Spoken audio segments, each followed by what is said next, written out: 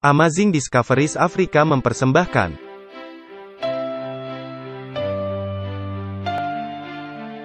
Walter Veith, Martin Smith, Martin Luther, tahun 1517. Konsili Trent, tahun 1545. Luka Parah, tahun 1798. Kebangunan Besar Rohani, tahun 1844. Ensiklikal Rerum Novarum, tahun 1891. Konsili Vatikan II, tahun 1962. Paus Francis, tahun 2013. Ensiklikal Laudato Si Perawatan Rumah Kita Bersama, tahun 2015. Pandemi COVID-19, tahun 2019. Pemilihan Presiden Amerika Serikat, tahun 2020. Ensiklikal Fratelli Tutti, tahun 2020. WhatsApp Prof 98, Peperangan Armageddon dan Peperangan Gog dan Magog. Halo, dan selamat datang dalam episode lain, WhatsApp Prof. Selamat siang Walter. Hai, Martin. Apakah Anda baik-baik saja? Ya, kita akan melanjutkan studi kita hari ini, benar? Kita mesti mengenakan senjata Allah dalam pembahasan kali ini. Ya, karena, dengan demikian kita bisa turut serta dalam peperangan Armageddon. Benar. Ini adalah puncak pertentangan sepanjang zaman. Mari kita membukanya dengan doa. Terima kasih Bapa Sorgawi, telah mengumpulkan kami bersama-sama. Tuhan, ini adalah diskusi penting, untuk mengetahui apa yang akan menimpa dan kemana kita sedang menuju. Jadi, tolong terangi pikiran kami. Di dalam nama Yesus, kami sudah berdoa. Amin. Nah, dalam bagian pertama diskusi kita telah melihat apa yang akan terjadi dengan kedatangan kembali Kristus.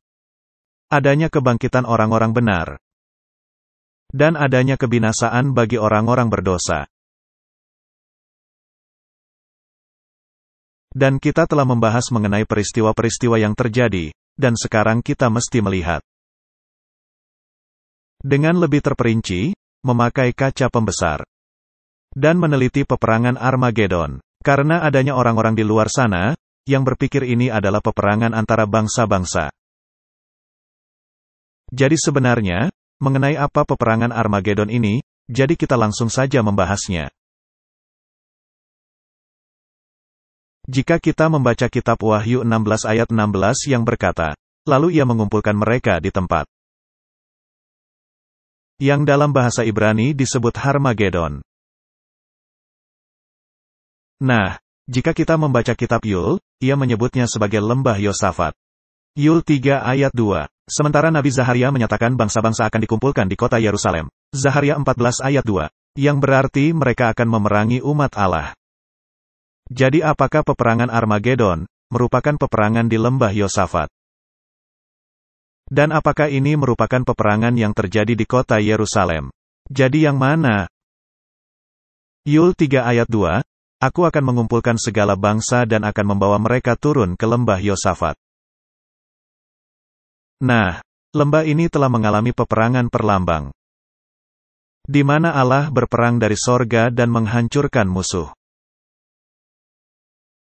Dan Allah memakai hujan es untuk membinasakan musuh. Zaharia 14 ayat 2, aku akan mengumpulkan segala bangsa untuk memerangi Yerusalem.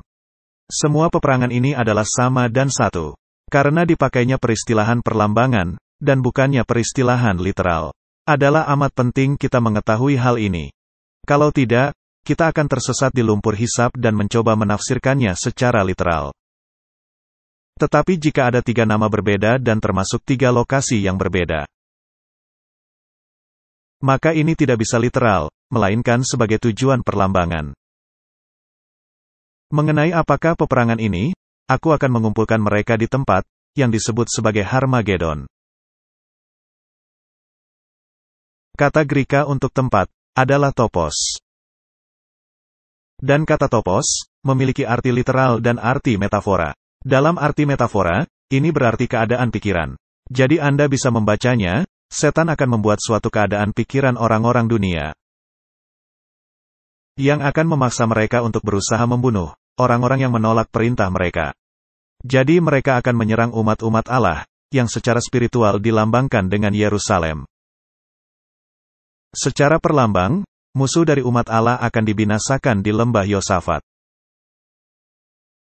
Yerusalem merupakan perlambang umat-umat Allah. Jadi ini adalah peperangan melawan umat-umat Allah. Dan yang turut dalam peperangan, kita akan melihatnya, bukan suatu bangsa, di sini, di sana. Melainkan ini merupakan topik universal. Kita mesti memahami Israel dipakai sebagai perlambangan bagi seluruh dunia. Israel merupakan perlambangan umat Allah, di tengah-tengah bangsa-bangsa, dan untuk membawakan pekabaran ke seluruh dunia. Dan melalui cara-cara Allah sedang bekerja. Bangsa-bangsa akan mengakui ini adalah kebenaran. Tetapi bangsa Israel menyimpan kebenaran itu untuk diri mereka saja.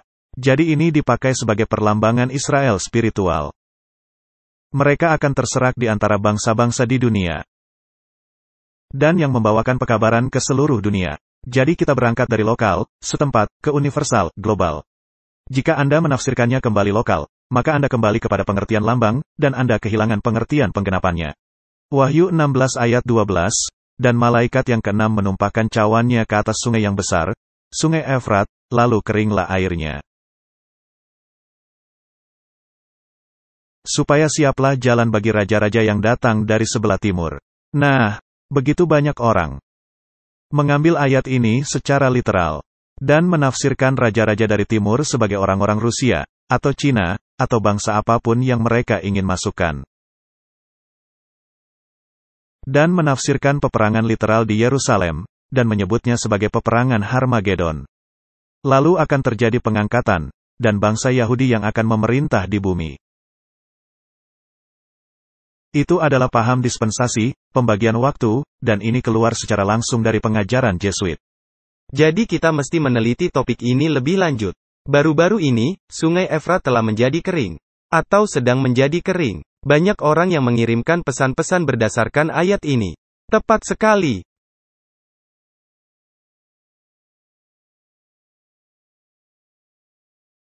Nah, apa artinya? Kita mesti memandangnya secara perlambangan. Karena seluruh peperangan Harmagedon ini dinyatakan secara perlambangan. Maka kita mesti meneliti sungai Efrat ini. Di kota apakah terdapat sungai Efrat, Babel? Dan ingat, orang-orang mengubah arus sungai, ketika orang-orang Media dan Persia menyerang Babel. Dan sungai besar Efrat mengering, dan pengeringan sungai besar Efrat ini, merupakan lonceng kematian bagi Babel. Dan kita telah membahas dalam semua ceramah kita, apa itu penggenapan Babel, yang pernah kita bahas. Apa itu Babel, dan unsur-unsur apa yang membentuk Babel? Ini bukanlah Babel yang sebenarnya. Jika ini sebenarnya, mesti juga sungai Efrat yang sebenarnya. Dan itulah yang ditafsirkan oleh orang-orang. Tetapi jika Anda membahas penggenapan besar, maka sungai, air, melambangkan orang-orang, kelompok besar, bangsa-bangsa, kerajaan-kerajaan. Mereka semua memberi makan Babel. Dengan kata lain, penggenapan Babel ini, sedang dibiarkan hidup karena melayani raja-raja dunia, para pedagang dunia, bangsa-bangsa dunia. Dan orang-orang dunia, yang sedang meminum anggur percabulannya. Nah, ketika sungai Efrat itu mengering, secara spiritual, ini merupakan malapetaka ke-6, Martin. Pada masa ini, orang-orang menyadari, mereka telah ditipu, disesatkan. Tetapi sudah terlalu terlambat. Karena pintu belas kasihan telah ditutup. Dan Alkitab mengatakan, mereka akan membenci pelacur ini, dan akan membinasakannya. Jadi ini merupakan puncak besar yang terjadi dalam malapetaka yang ke-6. Ketika orang-orang menyadari, mereka telah disesatkan, dan mereka menghukum Babel, dengan sistem, dan gerejanya. Ini bersifat internasional. Ini tidaklah terjadi di suatu tempat tertentu. Ini terjadi dalam diri mereka, dan mesti diingat. Malapetaka pertama jatuh, pada masa penutupan pintu kasihan. Benar. Dan ini merupakan bagian dari masa kesesakan besar itu. Benar. Dan pada malapetaka yang ke-6 ini, orang-orang baru menyadari mereka telah disesatkan. mereka akan menghukum para hamba-hamba Tuhan, yang telah menyesatkan mereka. Yang telah berkata, wah, orang-orang yang memelihara hukum-hukum Allah, dan yang memegang kesaksian, dan menyucikan sabat sejati. Mereka adalah orang-orang fanatik. Allah yang bersama kita, dengan adanya tanda-tanda dan mukjizat-mukjizat. Tetapi di sini, di bawah malapetaka ke-6, mereka menyadari. Mereka telah disesatkan, dan dalam rasa kebencian, mereka menghukum para pelayan Tuhan itu. Dan ini menyiapkan jalan bagi raja-raja yang dari timur. Nah, kita harus memastikan siapa raja-raja dari timur ini. Mari kita melihat kitab Yesaya 41 ayat 1-2. Biarlah mereka datang mendekat, kemudian berbicara, baiklah kita tampil bersama-sama untuk berperkara. Jadi waktu apa yang sedang kita bicarakan? Waktu kedatangan Kristus kedua kali. Karena pada waktu itu, bangsa-bangsa akan dihakimi, dan dibinasakan, seperti yang tadi kita lihat. Lalu dikatakan, siapakah yang menggerakkan dia dari timur? Menggerakkan dia yang mendapat kemenangan di setiap langkahnya. Yang menaklukkan bangsa-bangsa ke depannya dan menurunkan raja-raja. Pedangnya membuat mereka seperti debu dan panahnya membuat mereka seperti jerami yang tertiup. Nah, di sini digambarkan suatu keadaan pembalikan total. Karena orang-orang di luar sana, berpikir bahwa raja-raja dari timur ini, adalah orang-orang berdosa. Yang akan menyerang. Tetapi di sini kita melihat raja-raja dari timur, adalah orang-orang benar, yang akan menghakimi. Jadi ini adalah rujukan kepada Yesus Kristus. Mari kita memastikannya, Martin. Karena banyak orang yang dibingungkan, datang dari arah timur, apa yang terjadi? Yehezkiel 43 ayat 1-2. Lalu dibawanya aku ke pintu gerbang, yaitu pintu gerbang yang menghadap ke sebelah timur. Yehezkiel 43 ayat 2. Sungguh, kemuliaan Allah Israel datang dari sebelah timur. Dan terdengarlah suara seperti suara air terjun yang menderu dan bumi bersinar karena kemuliaannya.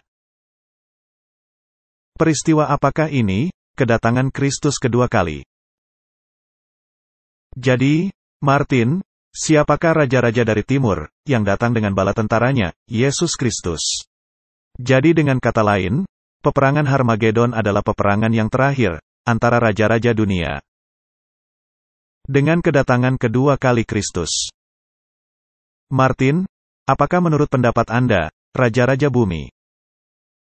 Melalui konteks spiritualistik mereka, ingat bahwa kaum Jesuit menyatakan bahwa mereka mengadakan kontak kepada pihak lain, dan bahwa mereka menerima informasi dari roh-roh jahat.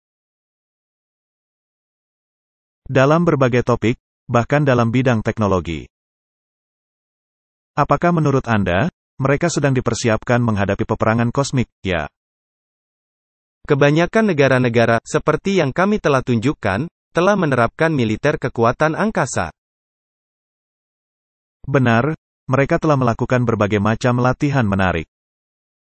Kami tidak akan membeberkan terlalu banyak detail.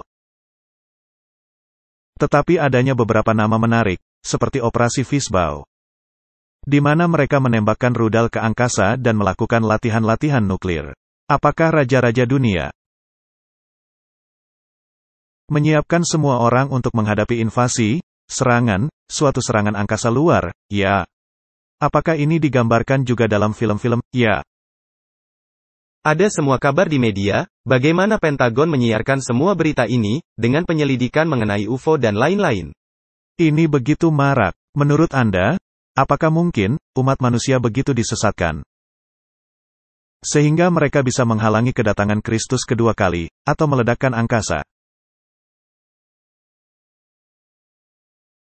Nah, dengan segala hal yang terjadi di dunia, ini tidaklah mengejutkan lagi. Baiklah. Jadi tokoh yang datang dari timur adalah Yesus Kristus beserta para malaikatnya. Wahyu 19, mulai ayat 13 mengatakan, dan ia memakai jubah yang telah dicelup dalam darah dan namanya ialah, Firman Allah. Nah, kita tahu, siapa tokoh ini. Yohanes dengan tegas menyatakan, ini adalah Yesus Kristus. Dan semua pasukan yang di sorga mengikuti dia. Mereka menunggang kuda putih dan memakai lenan halus yang putih bersih. Jadi ini merupakan tindakan militer. Ya. Jadi Yesus akan datang. Dan beserta dengan para bala tentaranya. Dan para bala tentaranya itu, bukanlah manusia, melainkan para malaikatnya. Wahyu 19 ayat 15, dan dari mulutnya keluarlah sebilah pedang tajam yang akan memukul segala bangsa. Apakah kita melihat hal itu dalam peristiwa yang sebelumnya, yang kita bahas? Ya. Dan ia akan menggembalakan mereka dengan gada besi dan ia akan memeras anggur dalam kilangan anggur, yaitu kegeraman murka Allah, yang maha kuasa. Jadi, siapa yang berperang dalam peperangan ini? Yesus dengan para malaikatnya. Apa yang terjadi dalam peperangan di lembah Yosafat? Para malaikat berperang dari sorga, dan membinasakan musuh-musuh bangsa Israel, memakai hujan es. Itu merupakan malapetaka yang ketujuh, Martin. Jadi, ini akan merupakan peperangan yang sama. Ya, seperti tadi Anda katakan, ini adalah perlambangan dan kegenapannya. Yang semula lokal, sekarang menjadi universal, global. Wahyu 16 ayat 18, maka memancarlah kilat dan menderulah bunyi guruh, dan terjadilah gempa bumi yang dahsyat. Seperti belum pernah terjadi sejak manusia ada di atas bumi.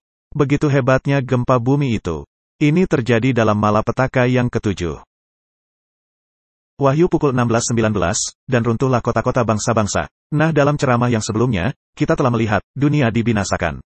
Tidak ada lagi binatang-binatang, tidak ada lagi burung-burung, tidak ada lagi manusia, dan semua kota-kota dihancurkan. Jadi apakah ini penghancuran di bumi, ataukah Kristus yang menghancurkannya? Kristus yang menghancurkannya. Wahyu 16 ayat 20, dan semua pulau hilang lenyap, dan tidak ditemukan lagi gunung-gunung. Jadi semua lembah akan naik, dan semua gunung akan dihancurkan. Bisa Anda membayangkannya? Sungguh luar biasa. Wahyu 16 ayat 21, dan hujan es besar, seberat 100 pon, jatuh dari langit menimpa manusia. Martin, ini sungguh luar biasa. Ini adalah penggambaran dari malapetaka yang ketujuh. Dan manusia menghujat Allah karena malapetaka hujan es itu, sebab malapetaka itu sangat dahsyat. Jadi menimpa siapa malapetaka ini, ketika manusia menghujat kepada orang-orang berdosa. Jadi, Martin, ini adalah peperangan Harmagedon. Dan peperangan ini berlangsung di dalam tempat topos. Peperangan ini dilakukan terhadap cara berpikir. Nah, jika Anda melihat dunia hari ini, apakah ada cara berpikir yang berbeda, yang sedang berkembang? Ya. Apakah ada orang yang merasakan cara berpikir dari kekuasaan yang memerintah semakin bersifat tirani, memaksa, memakai kekerasan? Dan ketika mereka mulai memakai kekerasan untuk memaksakan dogma keagamaan, maka ini merupakan suatu pertanda, benar. Jadi ini merupakan peperangan akhir yang terjadi. Baiklah, apa yang dikatakan oleh Ayub 38 ayat 22-23, apakah engkau telah masuk sampai ke perbendaharaan salju, atau melihat perbendaharaan hujan es? Yang kusimpan untuk masa kesesakan, untuk waktu pertempuran dan peperangan. Jadi, bahkan di dalam perjanjian lama, kitab Ayub ini, ditulis oleh Musa. Musa telah melihat peperangan yang terakhir. Dan Musa mengetahui bahwa Allah memiliki persediaan hujan es, bagi masa kesesakan. Kita tahu, kapan ini akan terjadi. Dan terhadap hari peperangan. Jadi ini merupakan persenjataan Allah. Ini merupakan persenjataan sorga, dan Allah akan membinasakan umat manusia. Umat manusia yang jahat, dalam peperangan itu. Jadi, orang-orang jahat yang masih hidup, mati. Dan orang-orang jahat yang mati, akan tetap mati, selama 1000 tahun. Berapa pentingnya, kita memperkembang cara berpikir yang selaras dengan Alkitab, sungguh mutlak. Karena jika cara berpikir Anda ini tidak selaras, maka Anda akan menanti-nantikan kerajaan bumi. Dan peperangan di bumi ini. Dan kemudian Anda akan mempercayai raja-raja bumi. Dan Anda akan sedang menanti-nantikan, juru selamat bumi, yang disebut kanon, atau apapun itu. Anda hanya menanti-nantikan juru selamat itu untuk datang. Bukan, pengharapan Anda ada dalam juru selamat yang lainnya. Dan banyak penafsiran Anda hanya dari peristiwa-peristiwa bumi saja. Benar. Pengharapan kita hanya berpusat kepada Yesus Kristus dan kebenarannya. Jadi, ini adalah masa 1000 tahun, yang sudah lama ditunggu-tunggu. Beberapa tahun silam, majalah Time memuat gambar ini di halaman depan, akhir dunia. Mereka membahas mengenai kegilaan milenium. Dan orang-orang menanti-nantikan peristiwa ini, dan mengharap akan adanya pengangkatan. Tetapi tidak ada hal seperti itu di dalam kitab suci. Ini terjadi ketika adanya perubahan tahun, dari 1999 ke 2000, adanya kegemparan ini. Lalu adanya kegemparan tahun 2012, akhir dunia. Yaitu ketika adanya asteroid yang akan menghantam bumi, benar. Nah, di tahun 2000, saya sesungguhnya ada dalam pesawat terbang, yang akan mengadakan keker. Itu merupakan penerbangan terbaik, yang kami sama alami. Pesawat kosong, dan saya bisa berbaring dengan nyaman, dan tertidur lelap. Dan tidak duduk berhimpitan, karena semua orang takut untuk terbang. Dan itulah yang terjadi, ketika orang-orang mengambil nubuatan, keluar dari konteksnya. Jadi, Martin, seperti yang sudah kita lihat, di antara kebangkitan pertama dengan kebangkitan kedua, terbentang suatu masa berjarak 1000 tahun. Tetapi masa 1000 tahun, malangnya bagi orang-orang yang mempercayainya, tidaklah terjadi di bumi. Karena orang-orang benar telah pergi ke sorga, dan tidak ada manusia di bumi. Jadi kita mesti bertanya, bagaimana dengan orang-orang benar, selama masa 1000 tahun itu, apa yang mereka lakukan? Wahyu 20 ayat 6, menceritakan apa yang orang-orang benar itu lakukan. Tetapi mereka akan menjadi imam-imam Allah dan Kristus, dan mereka akan memerintah sebagai raja bersama-sama dengan Dia, 1000 tahun lamanya. Nah, Martin, ketika Anda memerintah bersama seseorang, apakah itu artinya ada kaitannya dengan pemerintahan? Ya. Nah, Martin, orang-orang benar. Apakah mereka sekarang menjadi pemerintahan sorga dan menjadi penguasa atas para malaikat? Tidak. Jelas tidak demikian. Jadi pemerintahan seperti apa, hal ini? Bagaimana orang-orang benar itu memerintah bersama-sama Kristus? Dan apa yang dilakukan orang-orang benar itu, yang berkaitan dengan memerintah? Nah, jika Anda memerintah atas seseorang, maka berarti Anda juga menerapkan hukum, benar. Karena itulah yang dilakukan oleh pemerintah, mereka mempertahankan hukum dan ketertiban. Jadi dalam cara apa, orang-orang benar itu memerintah? Wahyu 20 ayat 4. Lalu aku melihat tahta-tahta dan orang-orang yang duduk di atasnya, kepada mereka diserahkan kuasa untuk menghakimi. Ini ayat yang sangat penting, dan ini juga mendukung ayat Daniel 7 ayat 22, dan penghakiman diserahkan kepada orang-orang kudus. Nah, ini terjadi selama masa 1000 tahun. Nah, jelas, semua orang telah dihakimi, karena orang-orang benar telah dibangkitkan. Jadi mereka pastinya, telah dihakimi. Orang-orang benar yang masih hidup, telah diubahkan. Dan orang-orang berdosa dihukum. Dan orang-orang berdosa mati, dan tidak dibangkitkan. Jadi penghakiman telah terjadi. Vonis telah dijatuhkan. Dan siapa yang menjatuhkan vonis? Yesus Kristus. Bukankah Alkitab berkata, seluruh penghakiman telah diserahkan kepada Yesus Kristus, ya? Jadi Yesus yang telah menghakimi semua orang. Martin, Anda mesti masuk dalam penghakiman itu. Tetapi penghakiman yang terjadi, sebelum kedatangan Kristus, yaitu dalam penghakiman penyelidikan. Karena jika Kristus tidak memberikan penghakiman demi keuntungan Anda, selama fase penghakiman penyelidikan, Anda tidak akan masuk ke dalam penghakiman ini, yang diserahkan kepada Anda. Baiklah, dalam cara apa hal ini terjadi? Jelas bahwa orang-orang ingin tahu, bagaimana cara Allah menghakimi. Mengapa Allah menghakimi dengan cara Allah? Jadi, dengan kata lain, saya menyebut hal ini sebagai penghakiman verifikasi, penegasan. Umat-umat Allah akan memiliki kesempatan untuk melihat mengapa Tante Mary dan Tante Sophie dan Paman Tom yang nampaknya orang-orang baik tidak masuk ke sorga, dan mengapa Manasye yang membunuh begitu banyak orang, dan Raja Nebukadnezar, Raja Angku Babel. Mengapa mereka ada di sorga? Benar. Dan mengapa adanya orang-orang yang tidak masuk sorga, dan yang ada di sorga? Dan apa yang terjadi di bumi? Apa yang terjadi di balik pintu tertutup? Apa yang terjadi dalam pertemuan-pertemuan rahasia, ketika agenda tertentu direncanakan? Apa saja yang dilakukan secara rahasia, akan diungkap, dan akan diserukan dari atap rumah. Jadi, sekarang, penghakiman diserahkan kepada mereka, dengan semua kitab-kitab yang ada. Anda bisa meneliti, dan mengetahui secara tepat, apakah penghakiman Allah, memang benar-benar adil. Dan ini adalah orang-orang kudus, di mana umat-umat Allah akan diberikan kesempatan untuk meneliti penghakiman Yesus Kristus, dan memastikan dengan sesungguhnya bahwa segala sesuatunya adil. Jadi setiap pertanyaan, setiap keraguan-raguan, akan terjawab. Dalam 1 Korintus 6 ayat 2-3, atau tidak tahukah kamu, bahwa orang-orang kudus akan menghakimi dunia? Tidak tahukah kamu, bahwa kita akan menghakimi malaikat-malaikat? Nah, Martin, malaikat mana yang akan dihakimi? Para malaikat yang jatuh dalam dosa.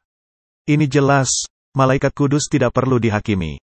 Jadi, apakah para malaikat berdosa ini, sudah dihakimi? Ya. Mereka telah dibuang keluar dari sorga. Siapa yang melakukannya? Yesus. Tepat sekali. Nah, sekarang, inilah yang mereka akan lakukan. Kita akan meneliti seluruh rencana keselamatan, seluruh topik pertentangan, peperangan antara kebaikan melawan kejahatan, sejak masuknya dosa ke dalam sorga. Terus hingga pada akhirnya, berapa miliar malaikat yang mesti dihakimi? Sama seperti pasir di laut. Ini pasti memerlukan waktu. Dan setiap nuansa sejarah. Tidakkah akan menarik, apa yang terjadi di belakang layar, dalam koridor atau ruang tertentu? Bukankah akan menarik untuk mengetahui sejarah yang sesungguhnya? Dan ada pertanyaan terakhir, apa yang terjadi kepada Kennedy?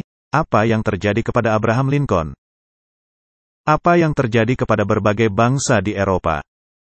Apa yang terjadi dengan sistem keagamaan dan sistem sekuler? Apa yang terjadi di Afrika? Apa yang terjadi di Afrika bagian selatan? Semuanya merupakan pertanyaan-pertanyaan amat menarik. Kita akan sangat sibuk, dan kita mesti menghakimi sesuai hukum. Benar. Jadi itu aturannya. Itu yang dipakai oleh Yesus. Jadi, penghakiman akan menunjukkan bahwa Allah telah melakukan segala sesuatunya untuk menyelamatkan semua orang. Tetapi tetap akan ada tanya-tanya. Tanda tanya itu adalah, bagaimana jika saya bisa menggapai orang itu? Pastinya, jika mereka bisa melihat dengan jelas, mereka akan berubah pikiran, benar.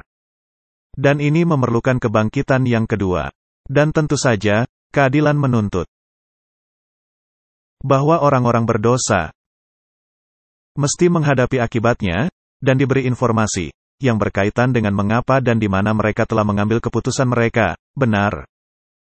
Ini memerlukan kebangkitan kembali. Ini memerlukan para penguasa tirani dunia, agar dibangkitkan kembali.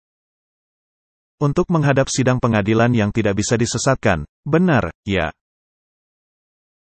Dan bahkan para malaikat, mesti menghadap sidang pengadilan. Benar. Dan kemudian, para orang-orang saleh, akan berkata, yang telah meneliti kitab itu, yang berlangsung selama 1000 tahun. Wahyu 16 ayat 7, mereka akan berkata, ya Tuhan, Allah, yang Maha Kuasa, benar dan adil segala penghakiman-Mu, ini akan adil. Sudah benar, kita tidak bisa menemukan kesalahan apapun. Kesalahan tidak terletak pada Allah di sorga. Kesalahan terletak pada para pemberontak. Mulai dari para malaikat, hingga kepada umat manusia. Ada hal lain, yang terjadi, selama masa 1000 tahun, Martin. Kita mesti melakukan banyak hal, yang sudah tertinggal. Kita mesti banyak mengejar hal tertinggal, yang berkaitan dengan pengetahuan. Karena pastinya, kita telah disuguhi banyak kebohongan-kebohongan, dan saya ingin mengetahui hal yang benar. Di belakang hal-hal di mana kita disuguhkan setiap harinya oleh media. Dan bukan hanya itu, kita juga mesti terus bertumbuh menjadi kepenuhan makhluk sorgawi. Itu akan meminta waktu 1000 tahun lagi. Bertumbuh secara fisik, mental dan spiritual. Ini akan sungguh luar biasa. Jadi selama masa 1000 tahun, orang-orang benar berada di sorga. Bumi menjadi gersang, setan diikat, dan penghakiman verifikasi terjadi di sorga. Apakah ini Alkitabiah? Ya, kita telah melihatnya. Lalu kita akan tiba kepada puncak segala sesuatunya. Wahyu 20 ayat 7-8. Dan setelah masa 1000 tahun itu berakhir, iblis akan dilepaskan dari penjaranya, dan ia akan pergi menyesatkan bangsa-bangsa. Jadi hal apakah yang melepaskan setan dari penjaranya? Kebangkitan kembali dari orang-orang berdosa, karena setan dapat kembali menyesatkan mereka. Benar. Jadi, penyesatan adalah nama permainannya. Setan mesti menghancurkan kota Yerusalem baru dan Kristus. Jika dia ingin tetap hidup, karena alternatifnya, Kristus akan membinasakan dia. Dan setan tidaklah menyerah. Sekarang Kristus membangkitkan kelompok sangat besar orang-orang, berjumlah miliaran. Dari sejak zaman sebelum air bah, hingga zaman peperangan Harmagedon, Kristus membangkitkan mereka semua, dan mereka bagaikan pasir di laut. Dan setan mengumpulkan bala tentaranya dan mengatakan, "Mari kita rebut kota Yerusalem baru." Ini adalah peperangan yang terakhir. Nah, mengapa Allah mengizinkan hal ini? Agar pihak-pihak yang masih meragukan, bisa melihat hasilnya. Baiklah, sehingga orang-orang yang lemah lembut, yang Anda pikir, seharusnya ada di sana. Ketika Anda melihat sifat permusuhan di wajah orang-orang yang ada di bagian luar kota Yerusalem baru, Anda menyadari bahwa penghakiman Allah kepada tabiat kita, adalah sempurna. Atau dengan kata lain, tidak adanya keraguan, dan ini menjadi semacam cap, bahwa penghakiman Allah adalah adil. Benar. Jadi dengan kata lain, yang memungkinkan hal ini, adalah adanya kebangkitan bagi orang-orang jahat. Yang terjadi, dan hanya Kristus yang bisa membangkitkan, karena dia adalah pembuat kehidupan. Zaharia 14 ayat 3-4, kemudian Tuhan akan maju berperang melawan bangsa-bangsa itu. Seperti ia berperang pada hari pertempuran. Kita berhenti sejenak di sini. Ada dua peperangan yang sedang dibahas di sini. Ini akan menjadi peperangan yang terakhir. Tuhan akan maju berperang melawan bangsa-bangsa yang telah dibangkitkan itu. Setelah masa 1000 tahun, bagaimana caranya? Sama seperti ketika Tuhan berperang dalam peperangan yang sebelumnya. Yaitu peperangan Harmagedon, kedatangan yang kedua kali. Jadi ada dua peperangan, peperangan Harmagedon, pada saat kedatangan kembali Kristus. Dan peperangan sekarang ini, yang serupa, ketika Kristus membinasakan mereka, selama perang Harmagedon. Lalu dikatakan, Zaharia 14 ayat 4, pada waktu itu kakinya akan berjejak di Bukit Zaitun, yang terletak di depan Yerusalem di sebelah timur. Bukit Zaitun itu akan terbelah dua dari timur ke barat. Sehingga terjadi suatu lembah yang sangat besar, setengah dari bukit itu akan bergeser ke utara dan setengah lagi ke selatan. Jadi yang berbeda di sini, kaki Kristus menyentuh bumi. Apa yang terjadi dalam peperangan Harmagedon, kaki Kristus tidak menyentuh bumi. Kita menemuinya di angkasa. Baiklah, jadi ini tidak merupakan hal yang sama. Ini sangat penting, dalam kita memahaminya. Karena Allah memberikan petunjuk yang sangat tepat. Jadi peperangan ini, terjadi setelah masa 1000 tahun, ini adalah peperangan kedua. Karena Kristus mesti berperang, sama seperti yang dilakukannya sebelumnya. Ini adalah peperangan Kristus yang kedua. Wahyu 21 ayat 2, dan aku, Yohanes, melihat kota yang kudus, Yerusalem yang baru, turun dari sorga, dari Allah, yang berhias bagaikan pengantin perempuan yang berdandan untuk suaminya. Jadi, seluruh kota itu, kota Yerusalem baru, yang Allah telah persiapkan bagi umat-umatnya yang mengasihi dia, akan turun, seperti sebuah kapal induk angkasa luar, yang sangat dahsyat. Dan mendarat di bumi yang telah dipersiapkan. Di mana kaki Kristus menjejak. Jadi ketika kaki Kristus menjejak bumi yang berdosa ini, akan ada suatu dataran luas, yang dikuduskan oleh sentuhan Kristus. Terciptalah, dan kepada dataran yang luas itu, kota Yerusalem baru turun. Dan pada waktu inilah, kebangkitan orang-orang berdosa berlangsung. Kemudian, mereka akan mengepung kota itu, untuk memeranginya. Dan saat inilah, peperangan yang selanjutnya terjadi. Mari kita membaca Wahyu 20 ayat 7. Ini sangat penting. Ketika saya ada dalam lengan kedua, Kitab Wahyu. Dan Kitab Wahyu memiliki struktur kiastik. Dan pusatnya ada di tengah-tengah, Wahyu 12, 11, 13 hingga 17. Itu merupakan topik akhir zaman. Separuh yang kedua setelah itu, ada dalam lengan kedua dari chiasme. Jadi peristiwa-peristiwa yang digambarkan di dalamnya, diberikan dalam susunan terbalik. Karena chiasme berlaku seperti itu. Yang satu bekerja menuju ke tengah, dari belakang menuju ke tengah. Dan yang pertama, bekerja dari depan ke tengah. Jadi ini merupakan lengan historis dari Kitab Wahyu. Dan yang ini adalah lengan eskatologis, topik akhir zaman. Jadi ini sangat membingungkan. Jika Anda tidak memberi perhatian kepada bagan chiasme, Anda akan membaca peristiwa-peristiwa secara terbalik dan menjadi bingung. Urut-urutannya menjadi kacau. Anda mesti mengambil urut-urutannya dengan cara ini, karena ini menunjukkan peristiwa-peristiwa akhir zaman. Khususnya mengenai tanda binatang, kejatuhan Babel, dan lain-lain. Jadi mari kita membaca yang ini. Kita sedang berada di lengan eskatologi, akhir zaman. Ketika masa 1000 tahun berakhir, setan akan dilepaskan dari penjara.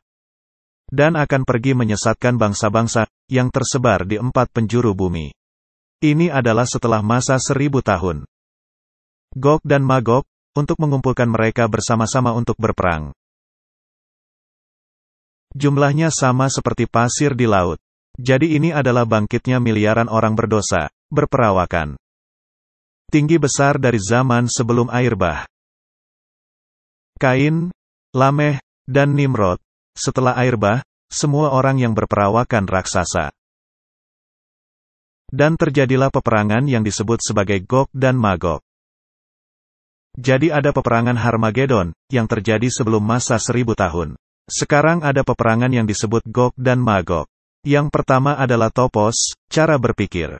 Dan sekarang kita akan melihat, peperangan apa yang ini.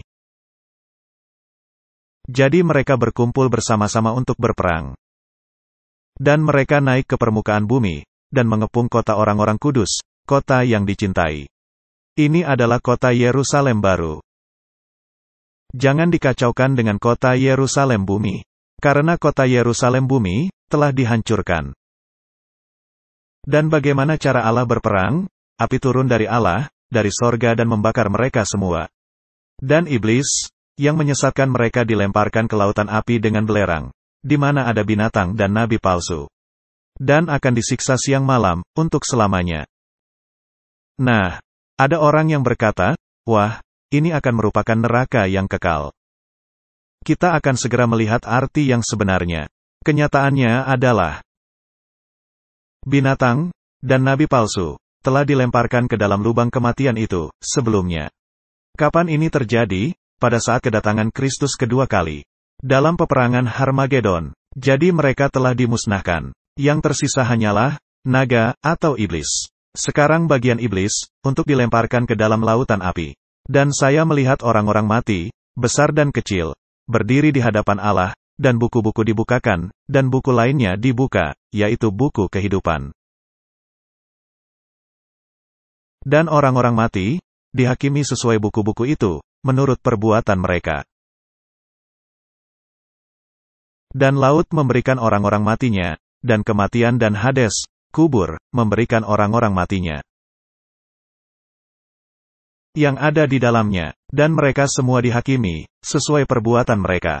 Dan maut dan kubur dilemparkan ke dalam lautan api. Nah, sekarang kita mendapat definisinya, ini sangat penting. Ini adalah kematian kedua. Jadi mereka telah mengalami kematian yang pertama, yang ada kebangkitan. Sekarang mereka mengalami kematian yang kedua. Dan siapa saja yang tidak ditemukan namanya tertulis di dalam kitab kehidupan, dilemparkan ke dalam lautan api, yang merupakan kematian yang kedua. Dan mereka mati, kematian yang kedua. Jadi lautan api, kematian yang kedua ini berlangsung berapa lama? Selamanya. Tepat. Kematian kedua ini, lautan api ini, akan berlangsung selamanya. Tidak ada lagi kebangkitan setelah hal ini. Mereka hilang lenyap untuk selamanya. Alkitab dengan jelas menyatakan, mereka lenyap. Baiklah, orang-orang menjadi bingung, karena adanya peperangan, dan api yang turun dari langit. Dan sekarang ada kebangkitan, dan ada penghakiman. Jadi mereka berpikir, ini bagian dari kedatangan Kristus yang pertama. Jadi, Anda bisa melihat, bagaimana mereka menjadi bingung. Jika Anda tidak mengambil chiasme. Jadi dalam chiasme, ada kebangkitan, penghakiman menurut kitab-kitab. Semua orang tahu dengan tepat, mengapa mereka tidak masuk Yerusalem baru. Semuanya dijelaskan dengan tegas. Mereka bisa melihat jalan tindakan mereka. Dan setan berusaha meyakinkan mereka, mari kita rebut kota Yerusalem baru. Tetapi turun api dari langit dan membakar mereka semua. Dalam Ayub 21 ayat 30, kita membaca, bahwa orang jahat disimpan untuk hari kebinasaan. Dan dibawa kepada hari murka Allah. Jadi ada kebangkitan, ketika orang-orang jahat dibangkitkan keluar dari kubur, untuk kebinasaan. Bukannya untuk neraka yang kekal. Ini adalah bahasa perlambangan. Dan api yang membinasakan mereka, adalah api dengan akibat yang kekal. Dan peperangan ini disebut peperangan Gog dan Magog. Jadi menurut Alkitab, ketika Kristus datang, kakinya menjejak di Bukit Zaitun, yang terbelah dan yang menjadi dataran yang sangat luas. Kristus membangkitkan orang-orang berdosa. Mereka menghadap sidang pengadilan. Tetapi mereka sebelumnya memiliki waktu untuk menyiapkan. Lalu mereka menghadap tahta pengadilan, suatu tahta besar yang ada di atas kota Yerusalem baru. Mereka semua dihakimi. Setan berusaha merebut kota Yerusalem baru. Terjadi peperangan Gog dan Magog. Apa artinya? Ini artinya disembunyikan. Ini sangat menarik, karena segala sesuatu yang mereka lakukan adalah secara rahasia. Ini adalah cara kerja mereka. Jadi Babel disebut sebagai misteri. Jadi di sini ada agama, yang disembunyikan, bersifat jahat, dari lubang yang sangat dalam.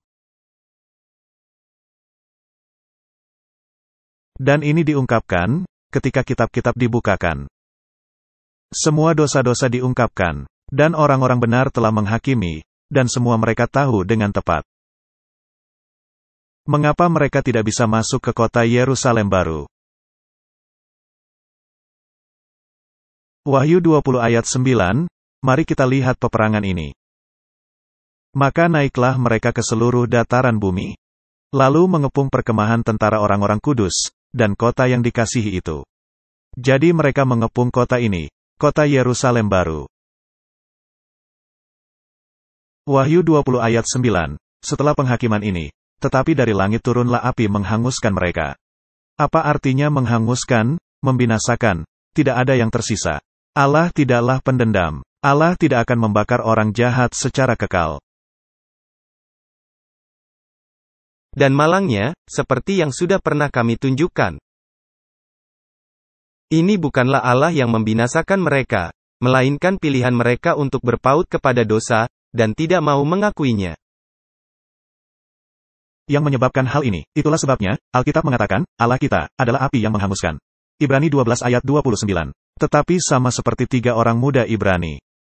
Jika Anda berada di dalam Kristus, api tidak akan menghanguskan Anda. Anda berada di dalam api, tetapi tidak terbakar. Bahkan tidak ada bau api di tubuh Anda. Jadi mari kita lebih mendalami pengajaran mengenai neraka.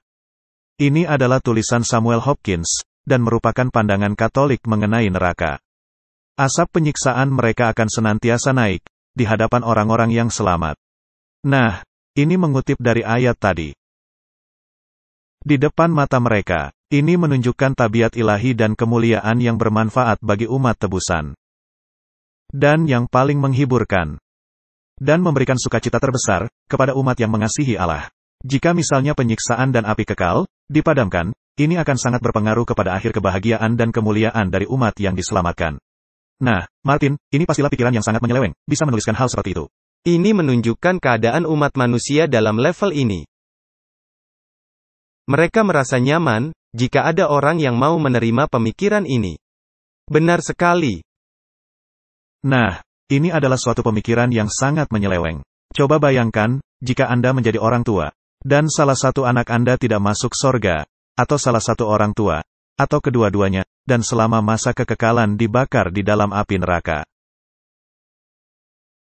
Apakah itu akan menambah sukacita Anda? Ini akan membuat sorga menjadi tempat penderitaan kekal. Jadi ini tidaklah selaras dengan tabiat Allah, karena di dalam Yehezkiel 33 ayat 11 kita membaca, "Demi aku yang hidup, demikianlah firman Tuhan Allah, aku tidak berkenan kepada kematian orang fasik. Melainkan aku berkenan kepada pertobatan orang fasik itu dari kelakuannya supaya ia hidup. Bertobatlah, bertobatlah dari hidupmu yang jahat itu. Mengapakah kamu akan mati, hai kaum Israel? Kita memiliki Allah yang berbelas kasihan. Kita tidaklah memiliki Allah pendendam." Yehezkiel 18 ayat 32, "Sebab aku tidak berkenan kepada kematian seseorang yang harus ditanggungnya." Jadi bagaimana para pengikut Allah memiliki sukacita kepada orang-orang yang mengalami siksaan kekal? Yesaya 55 ayat 7 berkata, "Baiklah orang fasik meninggalkan jalannya, dan orang jahat meninggalkan rancangannya. Baiklah ia kembali kepada Tuhan, maka dia akan mengasihaninya, dan kepada Allah kita, sebab ia memberi pengampunan dengan limpahnya." Ini adalah Allah yang kita layani. Nah, Katekismus dari Gereja Katolik menyatakan, dalam artikel 1035, pengajaran gereja menegaskan adanya neraka dan sifat kekekalannya. Segera setelah kematian, jiwa-jiwa orang-orang yang berdosa langsung turun ke neraka, di mana mereka mengalami penderitaan neraka, api yang kekal. Hukuman utama neraka adalah pemisahan kekal dari Allah, sumber dari kehidupan dan kebahagiaan, ketika manusia diciptakan, dan yang dirindukannya. Jadi katekismus modern menegaskan pengajaran dari Gereja Katolik. Ini merupakan doktrin sangat mengerikan, yang menempatkan tabiat Allah dalam suatu keadaan yang sangat mengerikan. Dan pada masa abad pertengahan, mereka memerintah dengan rasa ketakutan ini kepada Allah. Jika kita mengambil paus modern, seperti Paus Yohanes Paulus II, di tahun 1994, bukunya yang berjudul Crossing the Threshold of Hope, dia menuliskan, seringkali para pengkhotbah, pengajar katekismus, guru-guru tidak lagi memiliki semangat untuk mengkhotbahkan ancaman neraka. Mengenai kenyataan neraka, Paus berkata, dalam kenyataannya, konsili kuno menolak teori, di mana dunia akan diperbaharui setelah pemusnahan. Dan setiap makhluk akan diselamatkan. Suatu teori yang menghilangkan neraka. Kata-kata Kristus sangat jelas. Dalam Injil Matius, Kristus berbicara mengenai orang-orang yang akan mengalami penghukuman kekal. Tetapi siapakah orang-orang ini? Gereja tidak pernah menegaskan mengenai topik ini. Jadi kenyataannya adalah adanya neraka yang sesungguhnya. Dan di sini Paus menerapkan perkataan Yesus yang ada dalam kitab Matius, yang membicarakan mengenai penghukuman kekal. Akibatnya memang kekal, seperti yang sudah kita bahas. Ini juga merupakan hal menarik, yang berkaitan dengan cara mereka berpikir. Ini adalah pelatihan Loyola. Ini dari Ordo Jesuit. Dan mereka memiliki meditasi mengenai neraka. Ini dari kelompok Jesuit. Dikatakan, pendahuluan pertama adalah karangan, dengan melihat melalui imajinasi. Panjang, lebar dan dalamnya neraka. Ini luar biasa. Jadi Anda membayangkan suatu hayalan. Lalu Anda membayangkan neraka, dan bertanya, untuk apa saya di sini?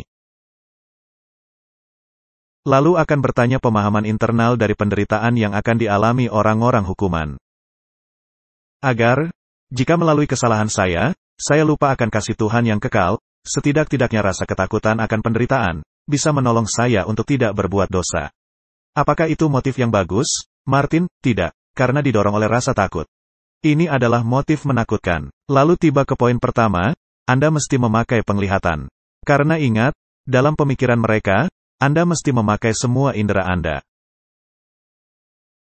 Jadi Anda mesti melihat dalam imajinasi penglihatan, api besar, yang sedang membakar jiwa-jiwa.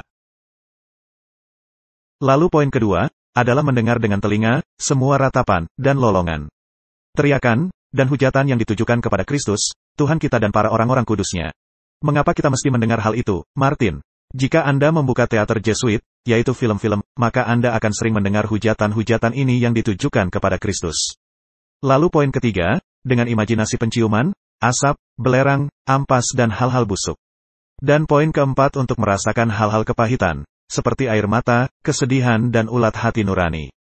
Dan poin kelima, adalah sentuhan, yaitu bagaimana api menyentuh dan membakar jiwa-jiwa. Ini adalah suatu latihan yang sangat mengerikan. Tetapi ini selaras dengan cara berpikir modern mengenai rasa takut. Allah secara tegas mengatakan dalam firman-Nya, "Jangan kamu takut." Kasih yang sempurna, menghilangkan ketakutan. Dan alat apa yang dipakai oleh setan? Pemaksaan dan rasa takut.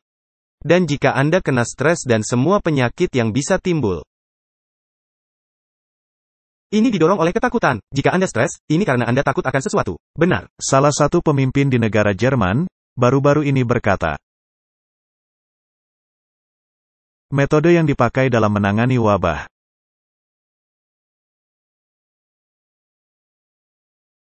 adalah vaksinasi, dan vaksinasi akan menjadi alat paling efektif dalam menyelamatkan nyawa kita. Ini adalah cara berpikir mengerikan. Ini adalah cara berpikir Katolik lainnya, dari situs Catholic Answers. Artikel mengenai neraka, doktrin neraka begitu menakutkan, sehingga sejumlah sekte bidat mengambil kesimpulan, dengan menyangkali neraka kekal. Saya bertanya-tanya, apakah mereka sedang menyinggung kita, Martin? Pastilah, apakah mereka sedang membicarakan Tyndale, atau Luther? Karena mereka semua masuk golongan itu. Dan seperti yang dikatakan Rasul Paulus, mereka memang menyinggung kita. Kelompok-kelompok Unitarian Universalis, Advent Hari ke-7, Saksi Yahova, Kristadelfian, Christian Science, Religious Science, New Age, dan Mormon. Mereka mendaftar, siapa-siapa yang mempercayai hal ini, benar. Semua kelompok ini telah menolak atau memodifikasi doktrin neraka secara drastis, sehingga tidak lagi menjadi ancaman serius. Dalam dekade terakhir, bahkan kemerosotan ini telah menyusup ke dalam paham Injili mainstream. Dan sejumlah tokoh besar Injili telah mendorong pandangan ini. Dengan tidak adanya neraka kekal, orang-orang jahat hanya akan dimusnahkan begitu saja. Tetapi itulah apa yang dikatakan oleh Alkitab. Hal yang menarik bagi saya, adalah mereka mencantumkan penganut zaman baru, atau bahkan bidat. Seperti yang pernah Anda katakan, Anda mendalami hal ini. Meskipun Anda, pada masa itu seorang ateis. Ini menarik, bagaimana cara kerja mereka. Daftar ini mencakup seluruh orang-orang yang tidak mau mempercayai. Dan bahwa kematian hanya tidur saja. Hal yang menarik yaitu, paham Katolik, mendorong doktrin ini dengan sangat gencar, benar. Ini artikel lainnya, dari sumber Katolik, Cyril of Jerusalem. Dia menuliskan, karena itu, semua kita akan dibangkitkan dengan tubuh kekal, tetapi tidak semua tubuh sama. Karena jika seseorang itu saleh, dia akan menerima tubuh sorgawi. Sehingga dia akan mampu berbicara dengan para malaikat. Tetapi jika seseorang itu, orang berdosa, dia akan menerima tubuh kekal. Nah, di mana kita membaca bahwa orang jahat akan mendapat tubuh kekal, mereka semua hangus terbakar, benar. Yang akan kuat menahan hukuman dosa, sehingga dia bisa dibakar kekal dalam api, dan tidak hangus terbakar. Jadi Allah adalah pribadi tirani, dengan memberi Anda tubuh super, agar bisa menerima penderitaan. Dan ini bertentangan langsung dengan apa kata Alkitab, karena Alkitab mengatakan, orang jahat akan dibinasakan. Nah, ini seolah-olah menyatakan Allah seorang pribadi tirani. Dan secara kesalehan, Allah akan menugaskan bagian ini kepada kelompok manapun, karena kita tidak bisa melakukan apa-apa tanpa tubuh. Kita menghujat memakai mulut, tetapi dengan mulut, kita juga berdoa. Dengan tubuh kita berbuat zina, tetapi dengan tubuh kita menjadi kudus. Dengan tangan kita merampok, dengan tangan kita juga memberi sedekah. Dan yang lainnya juga berperanan. Karena tubuh menjadi pelayan kita dalam segala hal. Maka tubuh juga akan dipakai di masa depan, akibat-akibat dari perbuatan masa lalu. Jadi Anda mesti memiliki tubuh, agar mengalami penderitaan kekal, sama sekali tidak berdasar kitab suci. Mereka mengambil perlambangan, dan mengubahnya menjadi kenyataan kekal.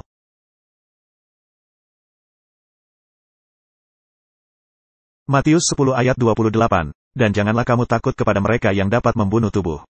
Tetapi yang tidak berkuasa membunuh jiwa, takutlah terutama kepada Dia yang berkuasa membinasakan baik jiwa maupun tubuh di dalam neraka. Dengan kata lain, seluruh manusia seutuhnya, hal yang berkaitan dengan manusia. Dan neraka di sana, adalah Hades, Gehenna, yaitu api yang membinasakan. Wahyu 20 ayat 14, lalu maut dan kerajaan maut itu dilemparkanlah ke dalam lautan api, Gehenna. Itulah kematian yang kedua, lautan api. Ini merupakan definisinya. Dan jika Anda menerapkan definisinya, maka tidak lagi diperlukan pembahasan mengenai neraka. Wahyu 20 ayat 15, dan setiap orang yang tidak ditemukan namanya tertulis di dalam kitab kehidupan itu. Ia dilemparkan ke dalam lautan api itu. Dengan kata lain, mati dalam kematian yang kedua. 2 Petrus 2 ayat 6. Dan jikalau Allah membinasakan kota Sodom dan Gomora dengan api, dan dengan demikian memusnahkannya dan menjadikannya suatu peringatan untuk mereka yang hidup fasik di masa-masa kemudian, dan kitab Yudas mendukung hal ini. Yudas 1 ayat 7, yang dengan cara yang sama melakukan percabulan dan mengejar kepuasan-kepuasan yang tak wajar, telah menanggung siksaan api kekal sebagai peringatan kepada semua orang. Jadi mereka menjadi contoh. Apakah kota Sodom dan Gomora masih ada? Tidak. Apakah orang-orang Sodom dan Gomora masih ada? Tidak. Mereka telah dibinasakan, benar. Mereka akan mengalami kebangkitan, tetapi mereka akan kembali menjadi debu. Nah, tadi adalah pandangan Katolik. Mari kita melihat kematian dan neraka di dalam Quran. Ini sangat menarik. Surah 2 ayat 81, sesungguhnya, orang-orang berdosa dan yang dikelilingi oleh perbuatan-perbuatan jahat mereka akan menjadi para penghuni neraka. Mereka akan tetap tinggal di neraka untuk selamanya. Jadi apakah doktrin yang sama? Ya. Surah 2 ayat 82. Orang-orang yang percaya, dan memimpin kehidupan yang saleh, mereka akan menjadi para penghuni sorga, dan akan tetap tinggal di sana untuk selamanya. Apakah itu pandangan Katolik? Ya. Mereka pergi ke sorga. Surah 4 ayat 56. Sesungguhnya, orang-orang yang tidak mempercayai ayat-ayat kami akan mengusir mereka ke dalam api. Nah, apa yang terjadi di sana? Setiap kali kulit mereka gosong, kami akan menggantikannya dengan kulit baru, sehingga mereka akan terus merasakan hukuman. Sesungguhnya Allah akan senantiasa ditinggikan, dalam keperkasaan dan kebijaksanaan. Jadi Martin, ketika Anda pergi ke sana, kulit Anda gosong, dan akan diberi kulit baru, setiap hari, sehingga Anda akan terus merasakan hukumannya. Jadi Allah seperti apa itu? Jelasnya bukan Allah yang penuh kasih. Jelas bukan Allah dari Alkitab. Surah 18 ayat 29, katakan, kebenaran berasal dari Tuhanmu. Biarkan mereka yang ingin percaya, dan biarkan mereka yang akan menolaknya. Karena bagi para pendosa, kami telah menyiapkan api, yang asap dan nyala apinya, seperti dinding dan atap tenda, yang akan mengurung mereka. Jika mereka memohon keringanan, mereka akan diberi air kuningan yang cair, yang akan membuat wajah mereka melepuh. Sungguh dahsyat minuman itu, dan sungguh mengerikan bangku tempat mereka bersandar. Ini kedengarannya, seperti pandangan Katolik, yang kita baca, dengan adanya tubuh khusus, untuk menerima penderitaan, benar, ya. Surah 14 ayat 49, dan engkau akan melihat para pendosa, yang pada hari itu akan diikat bersama-sama dalam belenggu. Baju mereka melekat seperti dan muka mereka ditutupi api. Jadi, bagi saya nampaknya ini, suatu pandangan, yang secara khusus, bertentangan kepada firman Allah. Mari kita bertanya, berapa lama orang-orang berdosa akan terbakar? Ini merupakan pertanyaan penting, karena mereka berkata, ini akan berlangsung selamanya. Benar. Mazmur 37 ayat 20. Sesungguhnya, orang-orang fasik akan binasa, musuh Tuhan seperti lemak anak domba, mereka habis lenyap bagaikan asap.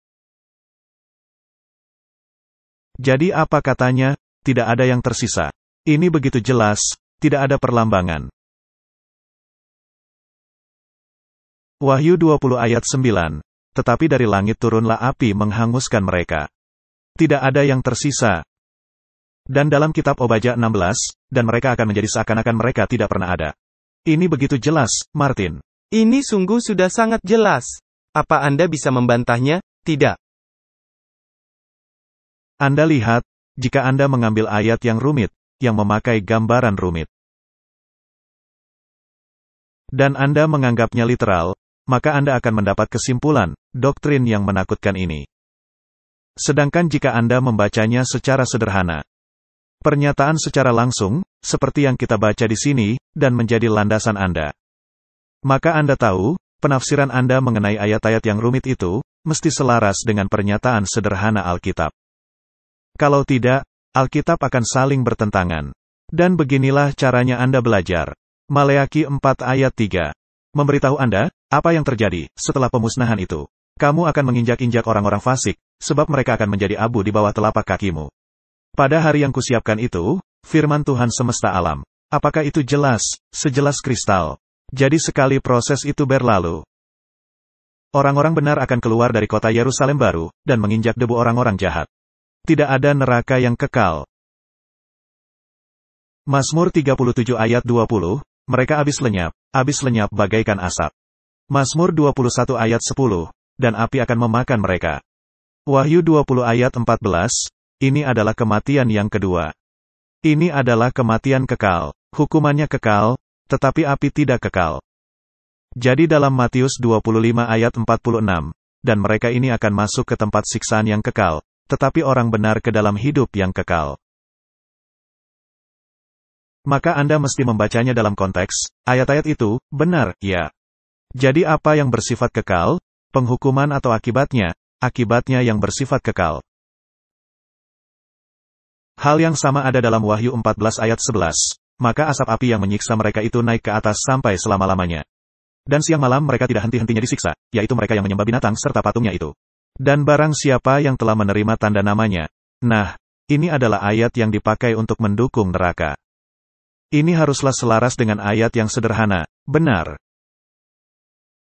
Nah, kita sudah melihat penghukumannya bersifat kekal. Dan mereka tidak henti-hentinya disiksa, siang maupun malam. Nah, apa yang dimaksud dengan tidak henti-hentinya disiksa di sini? Ini membicarakan mengenai istirahat dari mereka yang masih hidup, tetapi tidak mendapat istirahat. Ataukah mereka tidak menemukan istirahat di dalam Allah? Mereka tidaklah beristirahat dalam pekerjaan sempurna Allah. Mereka tidaklah beristirahat di dalam kebenaran Allah. Dan untuk selama-lamanya, mereka menjadi debu. Karena mereka telah menolak rencana keselamatan. Itu saja arti ayat itu. Dan tidak lebih. Karena jika diartikan hal lainnya, maka Anda harus menentang semua ayat lainnya di dalam Alkitab. Mazmur 92 ayat 8, adalah sangat jelas, apabila orang-orang fasik bertunas seperti tumbuh-tumbuhan. Dan orang-orang yang melakukan kejahatan berkembang, ialah supaya mereka dipunahkan untuk selama-lamanya. Jadi bukanlah penghukuman yang akan berlangsung selamanya, melainkan pemusnahannya yang akan bersifat kekal. Kejahatan tidak akan timbul dua kali. Ini akan sama sekali berakhir bagi pemberontakan, yang dimulai di sorga. Mari kita membaca ayat rumit lainnya, Yesaya 34 ayat 8-10, sebab Tuhan mendatangkan hari pembalasan dan tahun pengganjaran karena perkara Sion. Sungai-sungai Edom akan berubah menjadi ter, dan tanahnya menjadi belerang. Negerinya akan menjadi ter yang menyala-nyala. Itu adalah pemusnahan, benar Martin. Siang dan malam negeri itu tidak akan padam-padam, asapnya naik untuk selama-lamanya. Negeri itu akan menjadi reruntuhan turun-temurun, tidak ada orang yang melintasinya untuk seterusnya. Kembali ada ayat, yang menyiratkan seolah-olah apinya tidak akan pernah padam. Jadi kita mesti meneliti ayat-ayat ini. Kita mesti mencari paralel, kesamaannya, di dalam Alkitab. Yudas 1 ayat 7, sama seperti Sodom dan Gomora dan kota-kota sekitarnya. Telah menanggung siksaan api kekal sebagai peringatan kepada semua orang. Jadi, apakah apinya masih menyala? Tidak, melainkan akibatnya yang masih ada. Jadi ketika membicarakan api yang menyala selama-lamanya, maka ada contoh kota Sodom dan Gomora. Mereka mengalami penderitaan api kekal. Apinya tidak lagi menyala, melainkan akibatnya yang bersifat kekal. Kembali ke 2 Petrus 2 ayat 6, dan menjadikannya suatu peringatan untuk mereka yang hidup fasik di masa-masa kemudian. Mereka akan dimusnahkan. Tetapi sekarang, mari kita menegaskannya. Di dalam kitab Yeremia, ada contoh indah, ketika Alkitab berkata akan adanya api yang tak terpadamkan. Dan ini membicarakan mengenai kebinasaan kota Yerusalem. Yeremia 17 ayat 27, tetapi apabila kamu tidak mendengarkan perintahku untuk menguduskan hari Sabat. Martin, ini sangat menarik. Yeremia di sini ada dalam perlambangan. Ayat ini meramalkan kehancuran kota Yerusalem.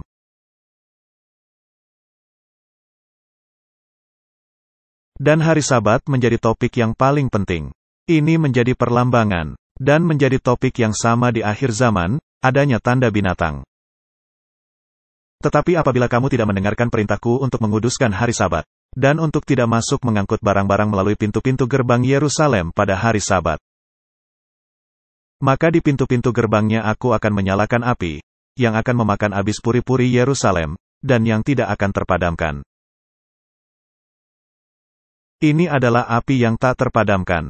Akibatnya tidak bisa diubahkan. Benar. Mari kita memastikan. Yeremia 52 ayat 12-13 adalah penggenapannya. Dalam bulan yang kelima, pada tanggal 10 bulan itu, itulah tahun ke-19 pemerintahan Nebukadnezar, Raja Babel. Datanglah Nebuzaradan, kepala pasukan pengawal, yang melayani Raja Babel, ke Yerusalem.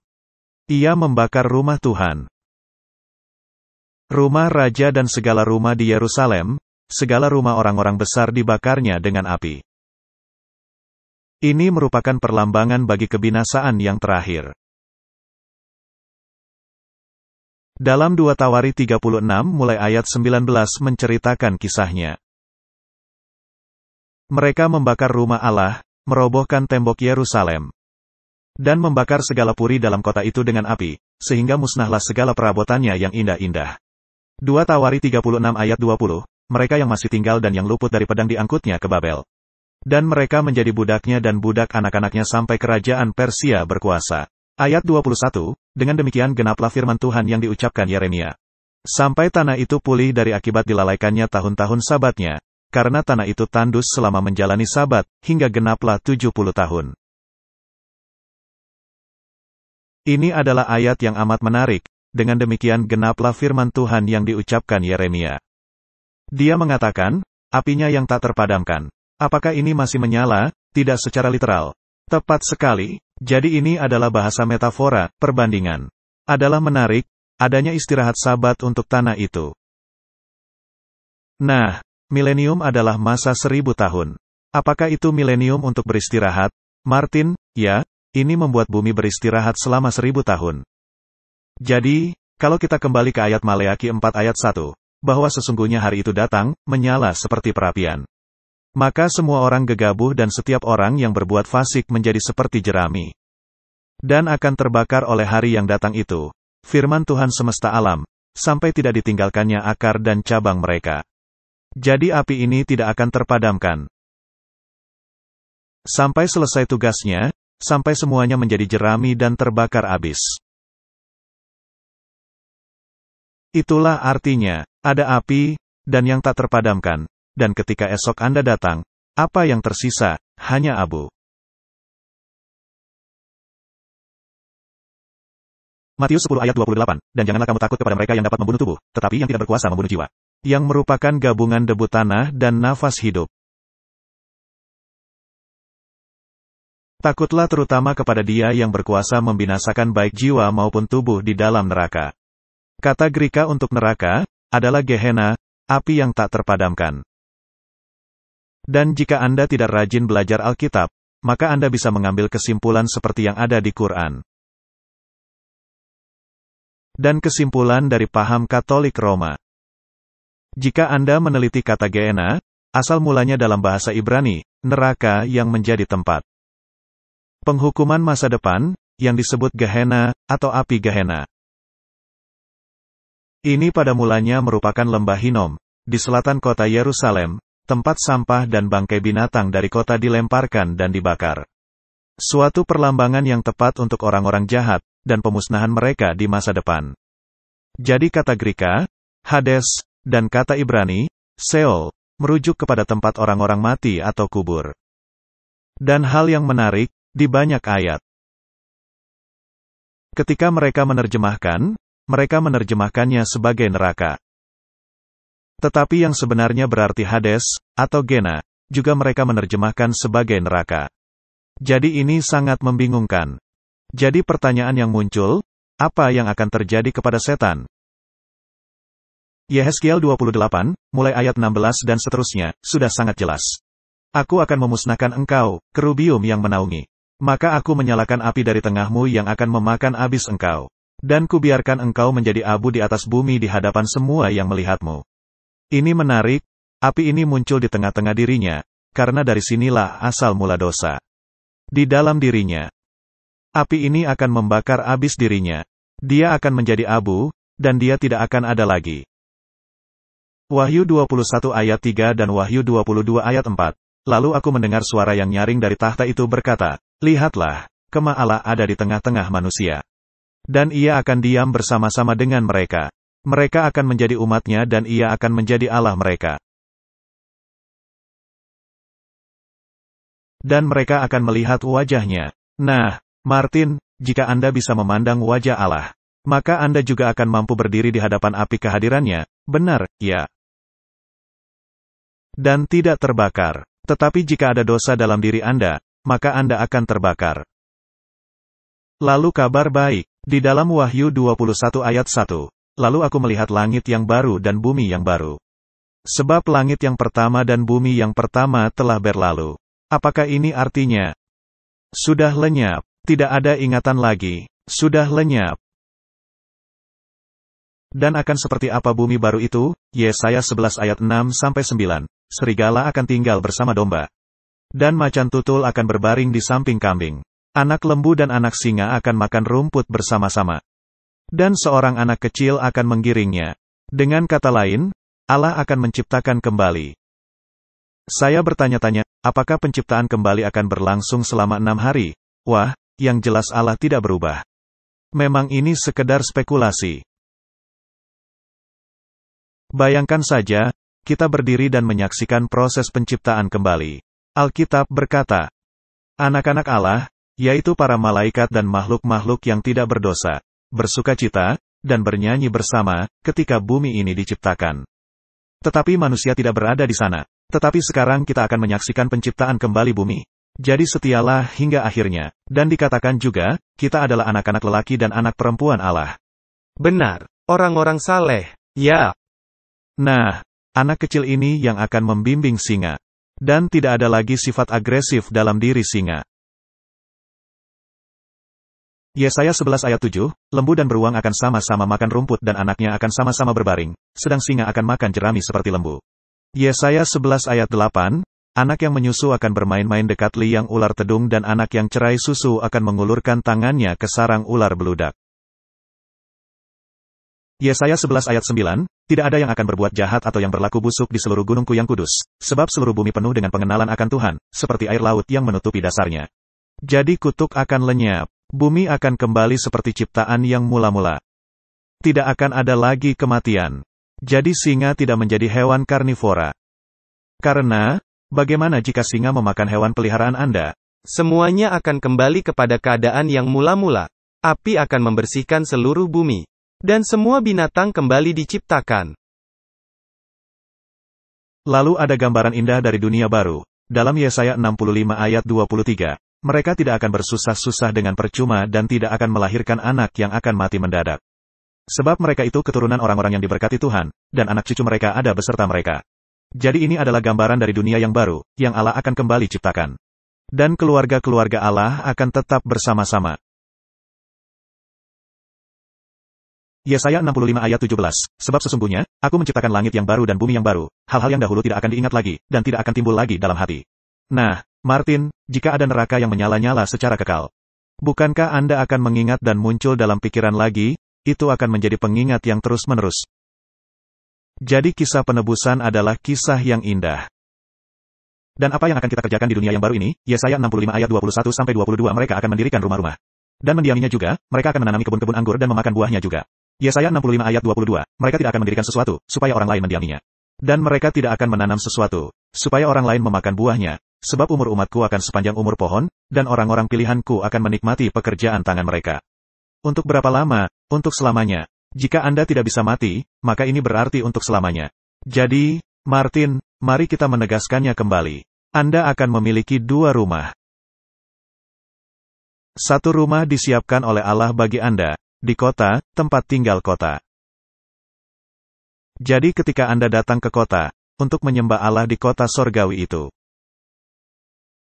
maka Anda memiliki rumah Anda sendiri. Anda tidak perlu menginap di hotel. Anda tidak perlu mencari kandang binatang, karena kamar hotel habis dipesan orang. Anda akan memiliki rumah Anda sendiri, yang dipersiapkan oleh Allah bagi Anda. Lalu Allah menciptakan dunia yang baru, di mana Anda mendapat sebidang tanah, dan Anda bisa membangun rumah Anda sendiri. Dan Anda menanam pohon anggur, dan Anda memakan buahnya. Tidak akan ada orang yang merebut warisan Anda. Atau yang menipu Anda, sehingga Anda kehilangan hak. Yesaya 66 ayat 23, bulan berganti bulan, dan sabat berganti sabat, maka seluruh umat manusia akan datang untuk sujud menyembah di hadapanku, firman Tuhan. Jadi ada perayaan bulanan, dan ada perayaan setiap pekan. Nah, apa yang Anda lakukan dalam perayaan bulanan? Anda akan makan buah pohon kehidupan.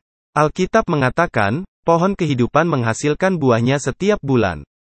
Jadi 1 kali 1 bulan, Anda memakan buah pohon kehidupan, yang menghasilkan 12 macam buah.